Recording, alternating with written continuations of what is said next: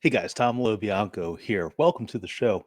Before we get started, I want to let you know we have had a few technical difficulties as a couple of pops, a couple of cutouts. We're working on our end to clean up the internet, make sure everything sounds good and sweet. So if you hear anything a little bit off, we're working on it. All right, with that, let's get to the show.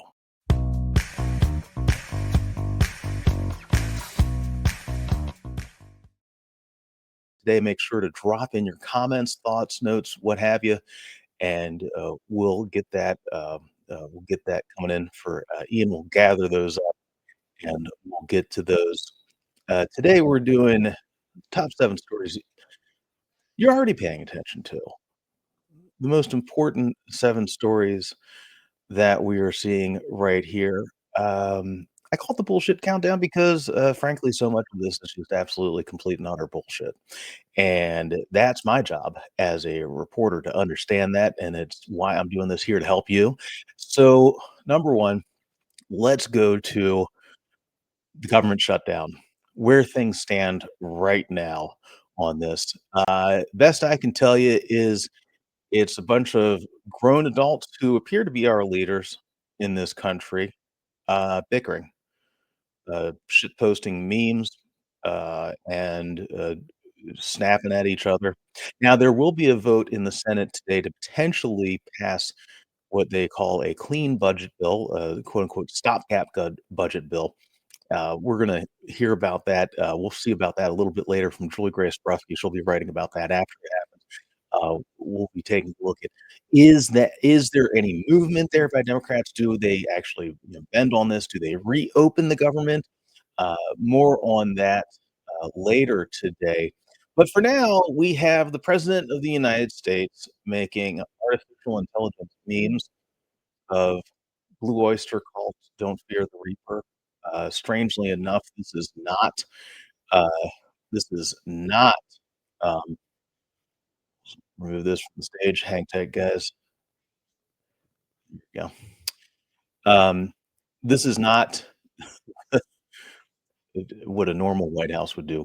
Clearly, it's what the president of the United States is doing when he's not making fun of the top Democratic leaders in the House, in the Senate, and our top Democratic leaders are sad, disappointed, worried that they're not getting calls to discuss anything right now.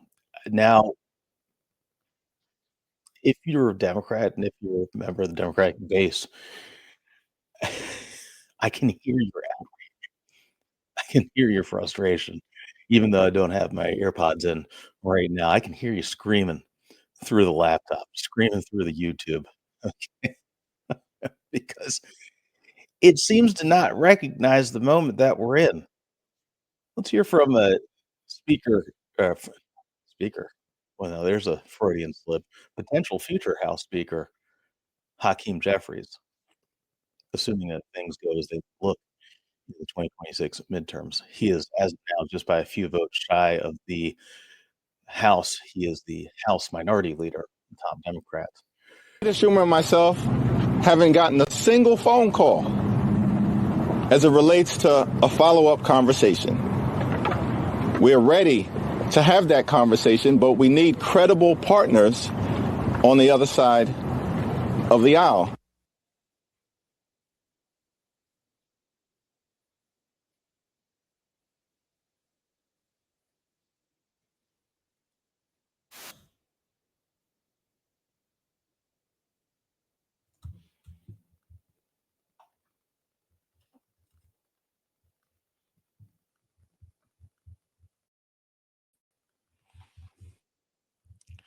There's Hakeem Jeffries there, sad, disappointed because he's not getting any phone calls from the White House, from Republicans. Now, here's what I expect to happen, and here's what I think will be going on. This House of Representatives, okay, um, when they come back into town. So let's move on to number number 2 or number 6 on our list of the bullshit countdown. since there is a shutdown since there is a shutdown, one of the things, that, the government did before shutting down was remove a statue which had popped up in Washington, DC. It's popped up in Washington featuring Donald Trump and Jeffrey Epstein skipping around holding hands. I'm sure you've seen this. Now since there's a shutdown now, as of just a few days ago, the artist and activist who made this, piece of art, a masterpiece really, have reassembled it and placed it out in front of the United States Capitol. It is back. It is back. You know what's also back? Uh, this Riyadh Comedy Festival, all right, with top comedians out in Saudi Arabia making fun of the United States. Okay, there we go. Remove that from the stage. Um, let's get there we go. The Riyadh Comedy Festival. This is how fucked up things are right now. Folks, if you're just joining us, remember we're going through today, we're no guests, just myself and the news. We are doing the bullshit countdown as the top 7 stories that you need to pay attention to, but not too much. Just enough to get you into the weekend where you can unplug and reset, then come back fresh next week. Right? That's what we like to do around here. So how topsy-turvy, how fucked up is everything right now? We have our best comedians heading over to Saudi Arabia, get paid lots of money for the first Saudi Arabia comedy festival, where they're making fun of us back here in the States for not having free speech. Now, a reminder that in Saudi Arabia, there are nothing close to the freedoms that we enjoy here in the United States. Not least of which is the Saudi Arabian royalty having a American journalist murdered and chopped to pieces 7 years ago, Jamal Khashoggi. That is a thing that happened. That was not discussed when all of our top talent flied overseas and headed to the Riyadh Comedy Festival, all right? You can always joke with us here at 24 Site News. Tom LoBianco reports. Nobody's gonna get chopped up. You don't have to go to Saudi Arabia to do that. You got questions or comments, anything, you'd like to discuss, drop in the Substack live or YouTube. Ian will get to those. Okay, next up, now this is important. Next up, we have Venezuelan quote unquote drug boats. Now, why are we talking about Venezuelan drug boats? All right. What why number 1, what purpose could that possibly have? There's a deeper purpose here. If you listen to the White House talking about this and the way they're referring to this, talking about an alleged war, and trying to spark a war with Venezuela, this gets into the 1798 Alien Enemies Act, which allows for the use of military force to repel, quote, "enemies within." If you listen to all the language that has been used this week. Now, I would note, only Congress can declare war. This is important. The President of the United States cannot declare war. There has to be an authorization of use of military force for it to actually be a war. Now, have there been a lot of military strikes over the past decades? Have there been plenty of troops on the ground all over the country? Have there been plenty of drones in the air? American ballistics out there attacking, defending, you name it. Yes, absolutely. But only Congress can declare war. So, is this a war? No, it's not. But you can see why the White House is instigating this right now and why they're instigating Venezuela right now in particular. Remember, go back to all of the immigration raids, the ICE raids, that have been going on for months and months and months now, and ever more violent, ever more secretive. And recall that this began with allegedly targeting Venezuelan gang members, Tren de Agua, allegedly. That has not been the case throughout all this, but allegedly. Reminder, if you're just joining us, we're doing the countdown of the top 7 stories, top 7 bullshit stories before we hit the weekend. I'm Tom LoBianco. This is Tom LoBianco Reports. If you have comments, questions, anything you'd like to see us get to, drop them in the chat, Substack Live, also YouTube Live here, right here at noon. You can also email me always at tom24site.news. Before we get to the middle of the list, I want to pull up this. Go. Let's bring this to the stage. Here we go. Let's watch the video. Remove. Add to stage. Okay. Watch this, guys.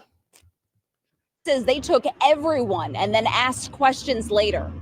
They just treated us like we were nothing. Patricia Fisher says she came out to the hallway of her apartment complex on the corner of 75th and South Shore Drive in her nightgown around 10 Monday night, only to find ICE agents yelling police. It was scary because I've never had a gun put in my face. They asked my name and my date of birth and asked me, did I have any warrants? And I told them no, I didn't. She says she was then handcuffed and released around 3 a.m.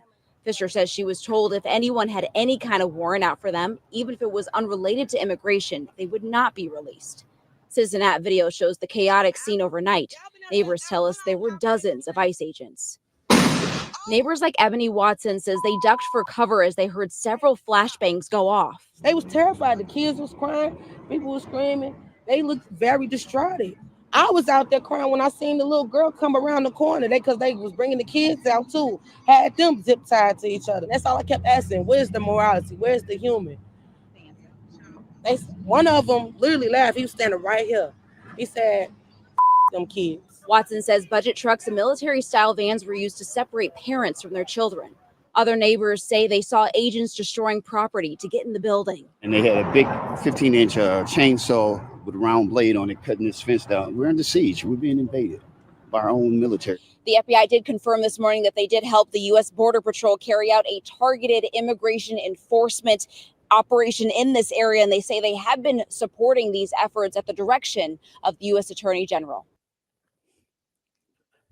Again, that's ABC 7 out of Chicago with that important report on what's happening in the streets. In the streets. Remember, we started the week with the President of the United States Defense Secretary really behaving buffoonishly in front of all the military brass, but also saying how they are approaching what is happening now in the United States. Their belief that there are, quote, enemies within. Well, we just saw the federal government attacking so-called enemies within. This happening live time in Chicago. A lot of folks have seen the bicyclist, the DoorDash delivery driver, fleeing the scene after mocking some ICE agents up there, and a lot of people cheered for that. What has not been getting as much play have been these violent raids. People of all stripes, all colors, any citizenship status here. But that's been going on for months and months and months. It is continuing right now. We're keeping a close eye on it. And this is happening all over the country as we go. It's easy to see why the United States does not happen. Before we get to our third item, again, reminder, we're doing our top 7 the bullshit countdown. Before we head into the weekend here, want to make sure that everybody's able to unplug happily. I'm Tom LoBianco. This is Tom LoBianco Reports. If you are with us live at noon here on Substack and YouTube, you can drop in your comments. We'll get to them. Ian Walters is on the board. You can also reach out to Tom at 24site.news. If you have anybody you'd like to see come on the show, drop us a note. If you have anything you'd like us to cover, you can reach out there too. Big thanks again. We had Christine Matthews on the show yesterday. That was a blast. I'll tell you, it was hilarious, and we learned a lot about who are the important swing voters who are going to determine whether the Democrats retake the House in 2026. Right, and if you haven't already, make sure to head on over to 24site.news and check out our YouTube page. Catch that show. Chris Matthews is one of the best pollsters in the country, and she has her finger on the pulse. This is why we have to pay attention to health influencers. But for more, you gotta go check out yesterday's show in case you missed it. Um, okay, now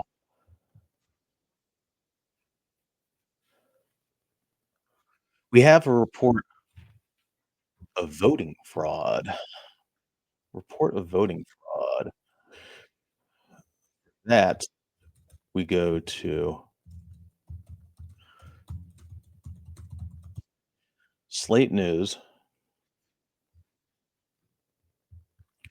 Let me bring this up.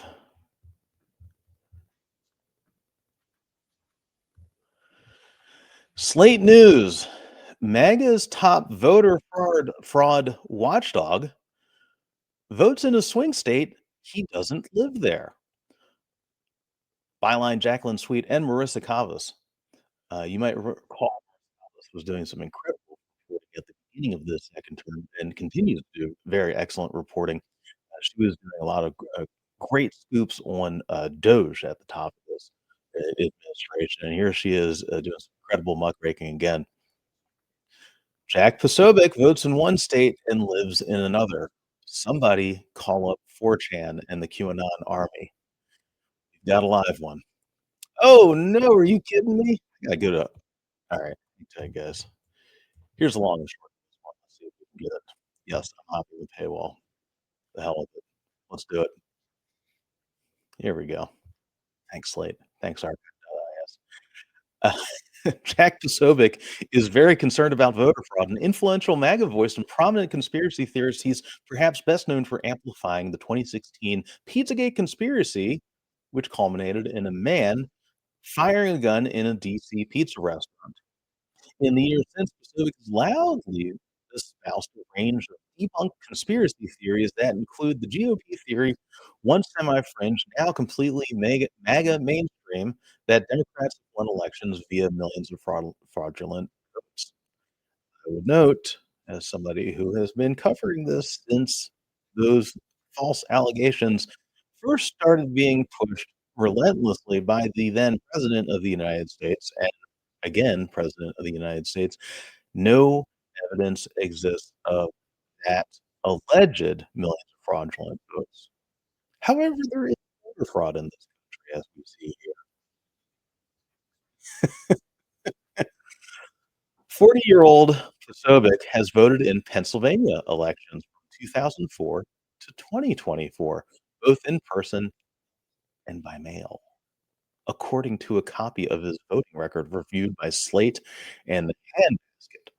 Until 2016, Posobiec used military and civilian overseas ballots after resigning from his job as a Navy Reserve intelligence officer in 2017. He remained in Maryland while becoming a full-time influencer and political activist, such as Charlie Kirk's Turning Point USA. He continued voting in Pennsylvania via absentee ballots and later in-person on-demand mail voting using his parents' home address in 2022 and 2024, according to an official copy of his voter information file from Montgomery County, Pennsylvania, obtained through to know request. Guys, we have found the voter fraud. The call is coming from inside the house. It's Jack Posobiec. This guy. You see him on CNN all the time now. Of course, that's the voter fraud. Why do they know so much about the voter fraud? Well, now we know because they're doing it. Jack Posobiec, incredibly influential in MAGA world, has really grown up part of this. I would note that many years ago when I was working in Indiana covering the state, we had an example of voter fraud. One example of voter fraud from the former Secretary of State of Indiana. All right. It's not the people being rounded up by ICE, whether immigrants or citizens. It's Jack Posobiec. Okay. Before we get to number 2 on our list of the top 7 bullshit countdown, before we head into the weekend, reminder, find us here live every day at noon on YouTube and Substack. Catch us 8 p.m. on Political Voices Network.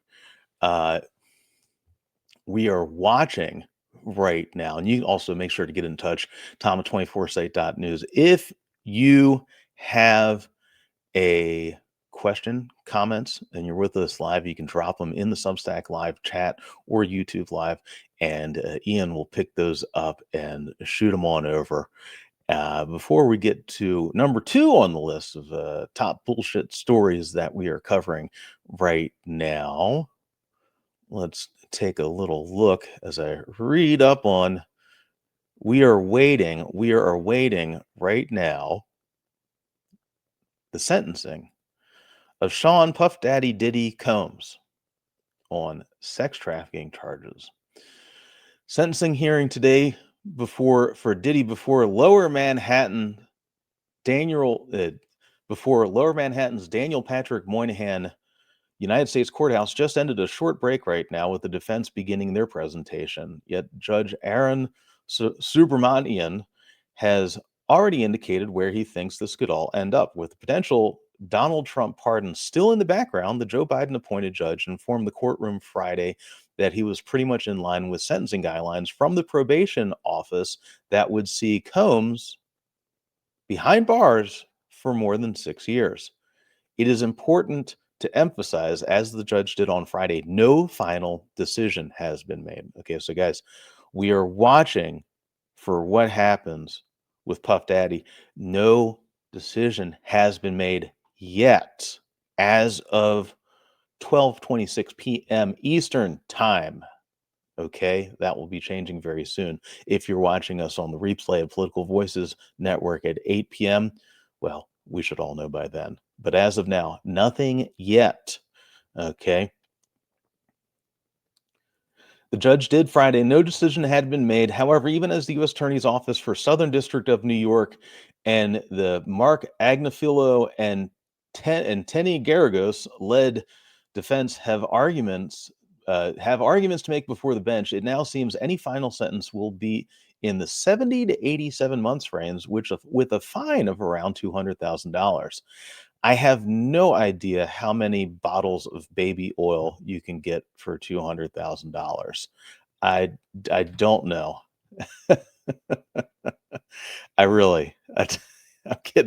I'm getting a thumbs up from Ian. Ian is actually showing, now you can't see this on screen, all right, and it's probably good. Ian has a fucking jug of baby oil. I've seen it. All right. It's got the little pump on it. All right. I don't even want to tell you what goes on down there. All right. And it's probably good. Okay. you don't want anybody slipping up in this. All right. I can tell you this though. Oh man, $200,000. Man could have a pretty good time. But not too good a time. You don't want to end up in the Daniel Patrick Moynihan courthouse. All right, guys. Number 1 on our list. And again, if you're just joining us, I'm Tom LoBianco. This is Tom LoBianco Reports. This is the bullshit countdown. Before we head into the weekend, I do this for my sanity and for yours. This is so we can all live normal lives. Let the president lose his mind. Clearly, something's happening over there. I don't know why it's perpetual shit posting. I don't know why there's a need to deploy of apparently secret Gestapo across the streets of America, breaking in to homes, smashing windows. But it's happening, and we are dealing with it. Helps to have a little bit of levity. It might, I mean, if you're Sean Diddy Combs, might also help to have some baby oil. If I should note too, if you have questions and comments, drop them in. If you're with us live on Substack and YouTube, drop them in. We'll pick those up. If you got baby oil stories, I don't want to hear about them. Okay. Ian might. I love Ian. Okay. And I pass no judgments. Okay. I don't want to hear about that. Okay, I want to hear about your baby oil stories. Nor, as we noted in yesterday's show, do we want to hear about Nazi porn fetishes. All right, and sadly, we have to deal with that because that is a big story in the Virginia elections with the lieutenant governor candidate down there, John Reed, apparently being a big Nazi porn aficionado. For the life of me, I don't know what the hell that is, and I'm not about to find out. If you guys know what that is, and if you can write it without putting any pictures, if you just tell me in like one sentence, I'd love to hear about it. I don't want to see it. Okay. All right. Before we get to number one, here we go. Who's Zoran Mamdani? Who is this guy? Right? Remember, we started off the top of the show earlier after some technical difficulties and some weird echoes. And I have no idea why that was going on. We started off the top of the show with Democrats floundering. Hakeem Jeffries just being really concerned. Now, I would know, and I've talked about this before, about the Democratic Tea Party energy. And that does not mean that Democrats all of a sudden want to end the Fed or that they want, a border wall or that they want the complete elimination of taxes. No, it has nothing to do with the policy and agendas of the conservative Tea Party of 16 years ago. No, this is just about energy. This is just about fire and passion. And to understand why so many Democrats, and part of the reason that we are in a shutdown right now, do you understand why so much of the Democratic base is so angry at a pair of New York Democrats, namely Senate Minority Leader Chuck Schumer and House Minority Leader Hakeem Jeffries? It's important to hear from the ascendant New York Democrat, the person who could very easily be the next mayor of New York City. Let's hear from Zoran Mamdani. Eric Adams, we know, met privately with Trump's Middle East envoy, Steve Witkoff, earlier this month, is our understanding. And that one of the topics was possible opportunities in the Trump administration, one of which possibly could be ambassador to Saudi Arabia. Why do you think Adams dropped out now? We are essentially 1 month from Election Day. I have to be honest with you, I think it's a fool's errand to try and understand what Eric Adams does and why he does it. What I think is clear, though, is whether we're speaking about Adams or we're speaking about Cuomo, we're speaking about supposed leaders who are willing to put their own personal ambition before the needs of the people they're supposed to serve. New Yorkers are right now under attack from an authoritarian administration in Washington. Donald Trump has ushered through legislation that will throw them off their health care, take SNAP benefits away from them, all in service of the largest wealth transfer this country has seen. And instead of fighting back against that vision, instead of fighting for New Yorkers, these politicians are looking to get on the phone with Donald Trump to see what it is that they could broker together. This is important. If you want to understand where the ascendant left is in this country and the rising opposition, not the old opposition, remember that this Zoran Mamdani is channeling that energy right now. That's why he is so incredibly popular in the city. Now, that does not mean he is popular everywhere else. It doesn't mean that he is a Democratic candidate who would win in Virginia or New Jersey, for that matter. Something that I talked about at the beginning of the week with Democratic Party Vice Chair Shasti Conrad was about just this. Now, Chastity Conrad is a longtime progressive leader and now top member of the Democratic Party. They're doing it. Some of you old heads out there might recall the Howard Dean 50 state approach from 20 years ago. Well, what they're doing is that, and that's how you end up with having local leaders, state leaders deciding what is right for their state, what is right for their locality. That's how you have folks like Mom Donnie and Abigail Spanberger in Virginia, both leading in their respective races, even though they sound completely opposite. Okay. But to understand, again, to understand the rage right now of the left and the base on the left, you have to listen to the difference between Hakeem Jeffries and Chuck Schumer and Zoran Mamdani right there. All right, guys, heading out for the weekend. I want to thank you so much for being here. Always. Yeah, I can't do this without you. And I love doing this. It is my passion. It is my absolute privilege to do this every day. Your support makes this possible. If you got a little extra to spare, maybe you decide that you don't want that pumpkin spice latte from Starbucks, which now costs $7 or $8. Head on over to 24site.news and get a paid subscription for $5 a month. That goes to keep the lights on over here. It keeps me working so that I can cut through the bullshit for all of us. I want to say a big thanks to our sponsors, Beth Solomon, from the author of From Fire to Fabulous. Beth is a huge supporter of independent journalism. Very happy to have her help. She wrote a book about a year ago, and I suspect that she could not have foreseen this. None of us could have foreseen how relevant it would become, unfortunately, in the moment that we are in right now in this country. She wrote a book about what to do after you get fired. How do you pick yourself back up?